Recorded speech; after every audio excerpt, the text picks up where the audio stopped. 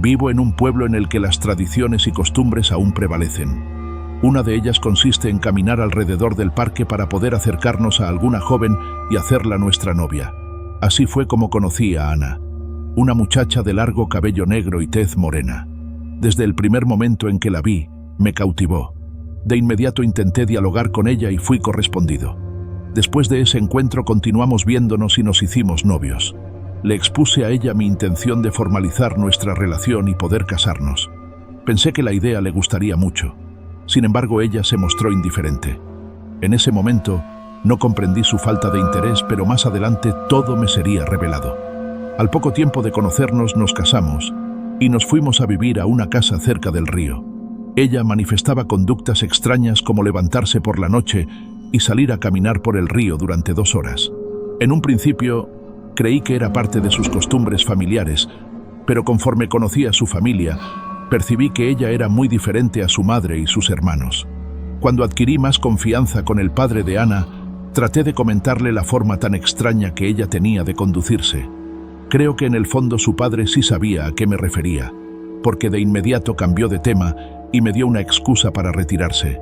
No fue posible que el padre de ella pudiese disipar mis dudas. Al principio, ella no tenía menoscabo en que yo me enterara de sus salidas, pero como la cuestionaba mucho, creo que comenzó a darme algo para que me durmiera. Cada noche tenía la intención de seguirla, para saber con exactitud qué es lo que ella hacía cuando salía por la madrugada. Por más que me esforcé por no quedarme dormido, no lo conseguía. A cierta hora me vencía el sueño, y así duraba durante varias horas. No solo eran las salidas que hacía por las madrugadas, sabía que ella guardaba algo muy preciado en el armario, ya que lo mantenía bajo llave y de ninguna manera me permitía verlo. En una ocasión, ella dejó la llave de su armario sobre la cama. De más está decir que ella era muy cuidadosa con esa llave, ya que siempre la mantenía colgada en su cuello. Ese día se distrajo porque su madre llegó inesperadamente. Ana solo alcanzó a vestirse y olvidó recogerla. Aproveché la distracción que tuvo y hurgué entre los cajones de su armario. Me sorprendí de lo que encontré al interior de ellos. En uno de los cajones había unos pequeños muñecos, los cuales se encontraban vestidos y con ciertos amarres en diferentes partes del cuerpo. Encontré uno que tenía los ojos vendados y los brazos amarrados por la parte de atrás. No tenía la certeza, pero creo que ese muñeco era la representación de mi persona. Además, encontré unos frascos pequeños de cristal cuyo contenido era extraño. Abrí uno de ellos. El tufo era muy desagradable y me dieron náuseas. A partir de ese momento comencé a cuidar cada acción de ella. Traté de comer algo diferente de lo que ella preparaba. Por la noche dejé de tomar la bebida que me daba después de la cena. De esta manera fue posible no quedarme dormido y poder seguirla cuando salía de la casa por la noche. Ella se preparó para salir y cubrió su cabeza con una tela de color negro. Mantenía cierta distancia para que no se percatara de mi presencia. Pasamos por la maleza que en ocasiones era alta, que casi me cubría por completo. Se detuvo en un llano en forma de círculo y encendió unas velas que llevaba en un bolso. Las ordenó en forma de triángulo y comenzó a cantar en un lenguaje ininteligible. Comenzó a contorsionarse y levantó los brazos suplicando con vehemencia al cielo. No tardó mucho con este ritual, cuando de pronto la sombra de ella, reflejada por el fuego de las veladoras, comenzó a hacerse más grande. Esta tomó la forma como la de un toro con cuernos. Ella comenzó a hablarle a esa sombra, de la cual solo se veían el resplandor, el rojo de sus ojos. Tuve miedo de ser descubierto. Con cautela me retiré del paraje y regresé a la casa. Por largo rato estuve sentado sobre la cama. No concebía lo que había visto. Ahora todo me quedaba claro. Ella me había usado para poder salir de casa de sus padres y tener la libertad de realizar sus rituales. Con seguridad todo el tiempo me ha mantenido con sustancias que no me permitían ver con claridad la realidad de lo que es ella. En ese momento, escuché que abría la puerta. Me recosté y me cubrí con la sábana para fingir que dormía. Ella se acercó a mi cara para cerciorarse que aún me encontraba dormido. Cuando lo constató, sacó la llave del armario y lo abrió. Comencé a escuchar el choque de los frascos de cristal, como si buscara uno en específico, y lo encontró. Además, sacó uno de los muñecos y lo puso sobre la cama. Continuó con palabras que no comprendí. Un rato más se quedó dormida. Esa noche ya no pude dormir. Comprendí que era necesario huir de esa mujer que tenía tratos con un ser que no pertenecía a este mundo. Por un instante pasó por mi cabeza confrontarla y decirle que ya sabía lo que era. Una bruja. No sé por qué motivo no lo pude hacer cuando lo intenté. Las palabras no emergieron de mi boca. Quise irme a trabajar, mas no me sentía bien. Un ligero mareo hizo que buscara un lugar para sentarme. A su vez, sentía muchas náuseas. Cuando pude incorporarme, me apresuré al baño para vomitar. ¿Qué era eso? Una extraña sustancia negra salió de mi cuerpo.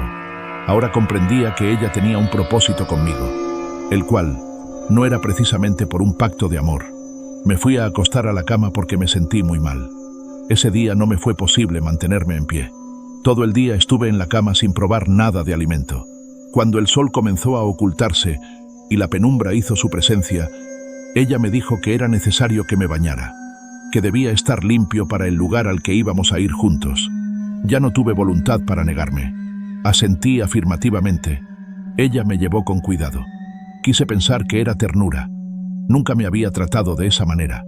Me ayudó a jabonarme y a rasurarme porque, sin entenderlo del todo, ya no tenía las fuerzas suficientes para hacerlo solo. Después sacó del armario un traje y me vistió. No comprendí el por qué era necesaria tanta elegancia si solo estamos ella y yo en casa. No fue así. Por un rato me mantuve sentado en un sillón de la sala mientras llegaba la hora de partir.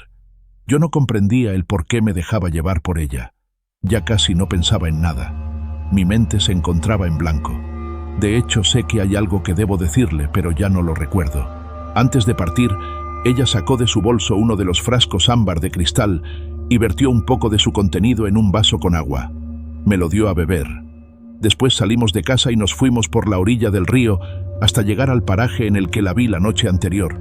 Sabía que debía huir de ese lugar, pero no tenía las fuerzas para hacerlo. Además, mis pensamientos cada vez son más débiles. Siento como si todo lo que ella me dice de alguna manera no es tan malo. Cuando llegamos al lugar estipulado por ella, me senté en una piedra. Ya no es necesario que me mantenga a la fuerza o amarrado. Ella me controla y no puedo hacer nada al respecto. Ana comienza a hacer su ritual de muerte y yo solo puedo observar. En un momento aparece ese ser oscuro cuyos ojos brillan de un color rojizo. Alcanzo a percibir una voz cavernosa que habla en una lengua que yo desconozco. Logro comprender que es un ritual para ofrecer un sacrificio. Ya nada me importa, comienzo a caer en una espiral descendente de apatía y sin sentido. Ella está a punto de clavarme en el pecho un cuchillo alargado que brilla con más intensidad por el fulgor que emite el fuego. En eso escucho una voz que proviene de la oscuridad. Volteo para ver de qué o quién se trataba. Es el padre de ella, que viene con una escopeta en la mano. Él le dice a su hija que se aleje. Creo que de algo sirvió aquella breve conversación que tuve con él. Ana lo mira con furia y le dice que no lo quiere dañar. Es mejor que se vaya y le permita terminar lo que comenzó desde antes de conocerme. Él se acerca cada vez más hacia mí y me desata. Ella se le deja ir como bestia encima y comienza a arañarlo, incluso hasta morderlo. Se da una lucha entre padre e hija hasta que se escucha un balazo y cae ella fulminada. Es tanta la furia del demonio que se desata un viento tan fuerte que no nos permite mantenernos en pie. Parece que él es quien lo controla y nos azota como si fueran latigazos. El padre de Ana saca un frasco con agua y comienza a lanzarla por todas partes, al mismo tiempo que grita las oraciones y le exige que se vaya. Jamás creí que fuésemos capaces de salir ilesos de ese acontecimiento. Después, todo volvió a la calma. La fogata que Ana había encendido estaba apagada por completo. Ella yacía en el piso sin vida y su hermosa cara se transformó en un rostro decrépito y horrible. El padre de Ana me ayudó a incorporarme y juntos emprendimos el regreso al pueblo. A mí me costó mucho trabajo caminar. Una de mis piernas quedó baldada y la arrastré para poder continuar. Ya no fui capaz de realizar las actividades que hacía cotidianamente. Quedé con poca movilidad y mis pensamientos eran pocos o nulos.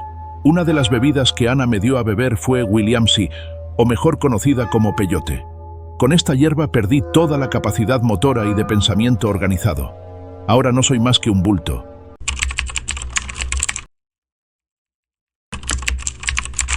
Esta historia que voy a contar pasó hace como un año en la Ciudad de México. Cambiaré los nombres de las personas por respeto a ellas y por lo sucedido. En ese tiempo yo vivía en una vecindad allá por Iztapalapa. Había como unos 20 cuartos de renta. En el cuarto número 18 vivía una mujer que se comportaba raro. Además, algunos vecinos siempre tenían problemas con ella por diferentes cosas.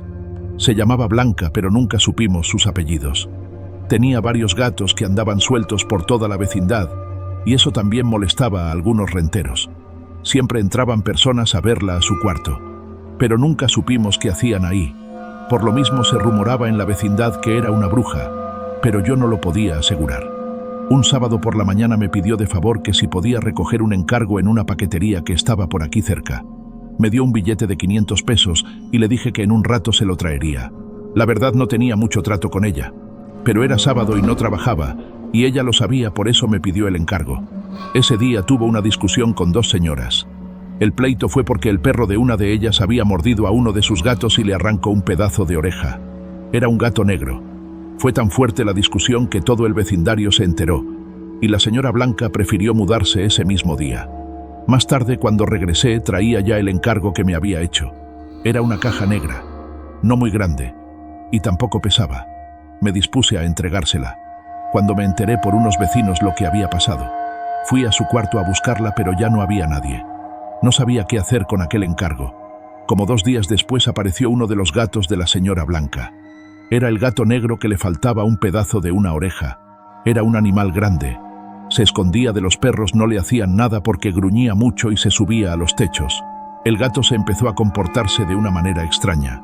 Empezó a rondar la casa de una de las señoras que se había peleado con su dueña, y cuando la encontraba la miraba fijamente y le gruñía muy feo.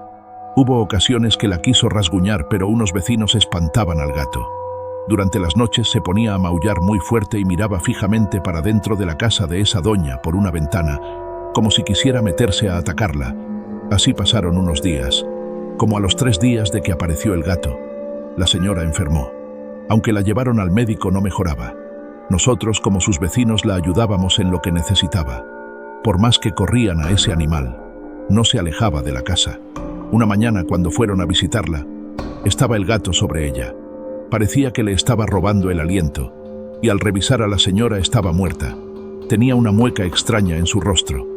La miraba fijamente ese gato, y de repente saltó por la ventana y desapareció. La hija que vivía con ella dijo que en la noche se escuchaba que tocaban la puerta. Solamente una vez abrió, pero no había nadie. En un costado de la casa estaba también un perro muerto, el mismo que había mordido al gato y le había arrancado la oreja. Después del sepelio, el gato desapareció y no lo volvimos a ver. Ya que pasaron los días, se empezó a caer en cuenta que tal vez doña Blanca sí era una bruja y se había vengado de la señora. Como a las 2 semanas me encontré un amigo y platicando me dijo que iba a ver a la señora Blanca. Pero yo le dije que ya no vivía en la vecindad. Me comentó que ya sabía, que ahora vivía en otra vecindad de una colonia cercana. Por cuestiones de trabajo, no pude ir a buscarla ese día.